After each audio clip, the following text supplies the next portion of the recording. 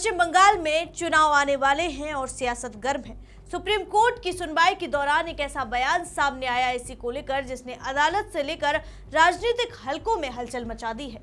Chief justice Suryakant ने सुनवाई के बीच में ममता बनर्जी को लेकर भड़काऊ बयान दे दिया। आखिर ऐसा क्या हुआ कि देश की सबसे बड़ी अदालत के चीफ जस्टिस को ये बात कहनी पड़ी?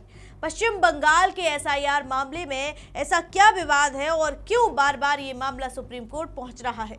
क्या सच में वोटर लिस्ट से लाखों नाम हटाए जा रहे हैं या फिर ये सिर्फ चुनावी राजनीति का हिस्सा है? क्या है ये पूरा मामला, बताएंगे आपको। देखिए हमारी खास रिपोर्ट।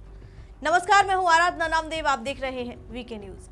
देश में चुनावी प्रक्रिया के दौरान वोटर लिस्ट अपडेट करना अब कितना विवादित मामला बन गया है।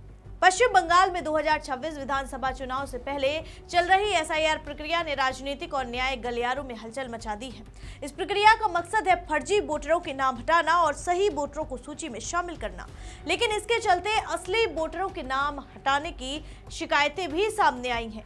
खास तौर पर मुस्लिम और गरीब समुदाय के लोगों के नाम कटने का आरोप लग रहा है और वहीं दूसरी तरफ चुनाव आयोग का कहना है कि ये प्रक्रिया निष्पक्ष चुनाव के लिए बेहद जरूरी है।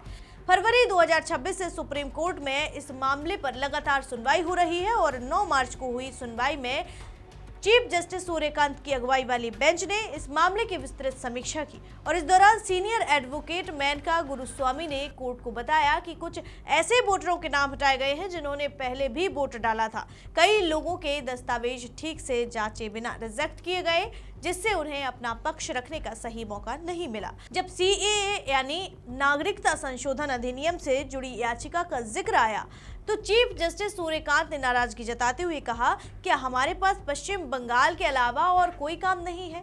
उनका इशारा था कि सुप्रीम कोर्ट में बार बार एक ही राज्य के मामले आ रहे हैं, जबकि देश भर में हजारों मामले लंबित पड़े हैं। दरअसल फरवरी से ही सुप्रीम कोर्ट इस प्रक्रिया में किसी भी रुकावट को बर्दाश्त नहीं कर रहा है।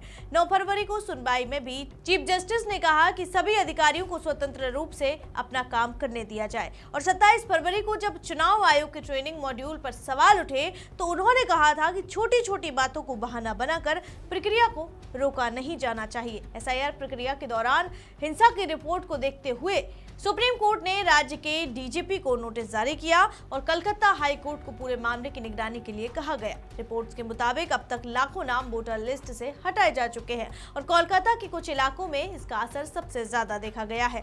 ये मामला सिर्फ वोटर लिस्ट का नहीं रह गया है, ये चुनावी पारदर्शिता, नागरिक अधिकार और संवैधानिक प्रक्रिया से जुड़ा बड़ा मुद्दा बन चुका है और 10 मार्च की अगली सुनवाई में सुप्रीम कोर्ट इस पूरे मामले पर आगे क्या रुख अपनाता है, ये देखना दिलचस्प होगा।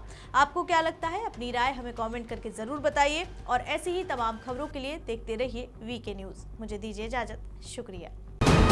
वीके न्यूज, राष्ट्र के नाम।